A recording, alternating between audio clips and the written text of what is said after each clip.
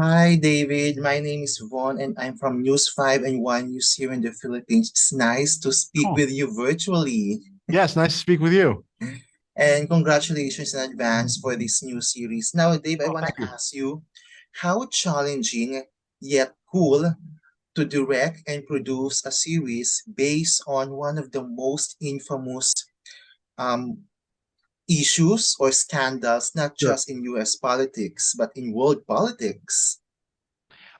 It was fantastic. The opportunity to tell the Watergate story, but also, dare I say, because it's a story that has been told before, but to tell it in a new way, to focus in on the burglars. Because if you think about it, every time we see a Watergate story, the burglars are in it for 2 minutes. At the very top, you see some flashlights, and then you hear men were arrested at the Watergate. And we don't know who were those guys? Why were they Cuban? What was going on?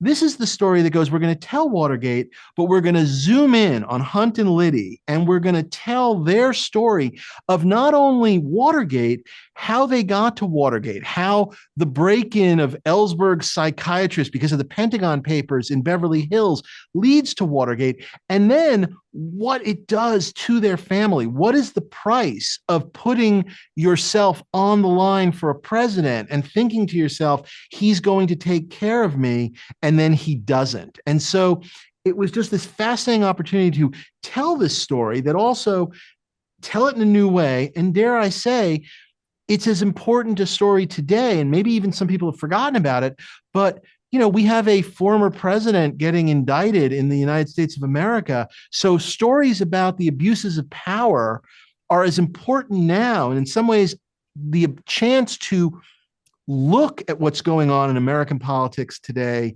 through the lens of Watergate is a fascinating opportunity. So, yeah, it was a really exciting challenge. I want to go deeper into what you have mentioned. Sure. That leads me to my next question. Um, Watergate scandal happened in the 70s. Yeah.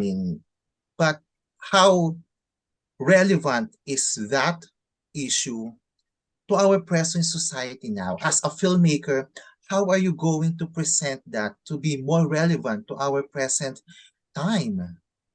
Well, it's interesting. I think just historically, when Watergate happened, and obviously Nixon resigns, and here in America, Jimmy Carter is elected president a little bit out of nowhere. He was not a typical, politician from Washington, D.C.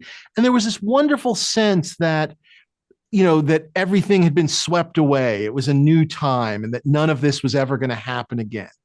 However, when one actually looks at history, you start to realize that a lot of the guys from the Nixon administration that were lower level guys just kind of moved up the rung, and then they got jobs in other administrations and all of that. So as a filmmaker, as a director, the challenge is to go back in time and tell this story, but occasionally in places, and again, you don't want to hit it too hard, and we're never going to use modern phrases and things. We don't want to use current jargon or such. But at the same Yes. time, we're going to have politicians and people talking about the law and presidents and all of these things that if you're listening, you're going to notice similarities to things about the way the Nixon administration hated the press and thought the press was out to get him.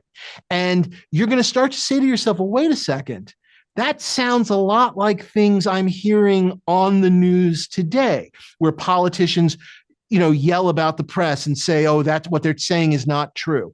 And so the challenge is to sort of present a version of the 70s that rings bells for you in terms of modern thinking, in terms of what's going on today, without ever trying to be heavy-handed, without ever overdoing it, but so that someone watching starts to realize this matters, that we can draw a direct line from Watergate right to modern politics. There's this sense in modern politics where people, again, from both sides of the aisle here in America, kind of say everything was great. It's only these last couple of years that things got bad. And that's not true.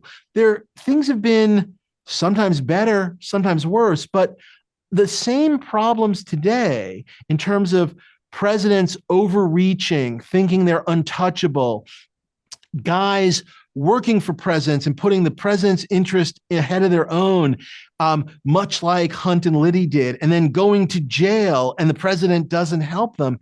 All of that stuff, it's happening in 1972 and it's happening in 2023. And I'm hoping that by watching White House Plumbers, it maybe gives people a little perspective. How's that? Learning from our history. Yes. Thank you Learning so from our much. history a little bit. Absolutely. Thank Yes. you. Thank you so much, Dave, and congratulations. Oh, Have a thank you good so much. day. I appreciate it. Thanks for taking the time.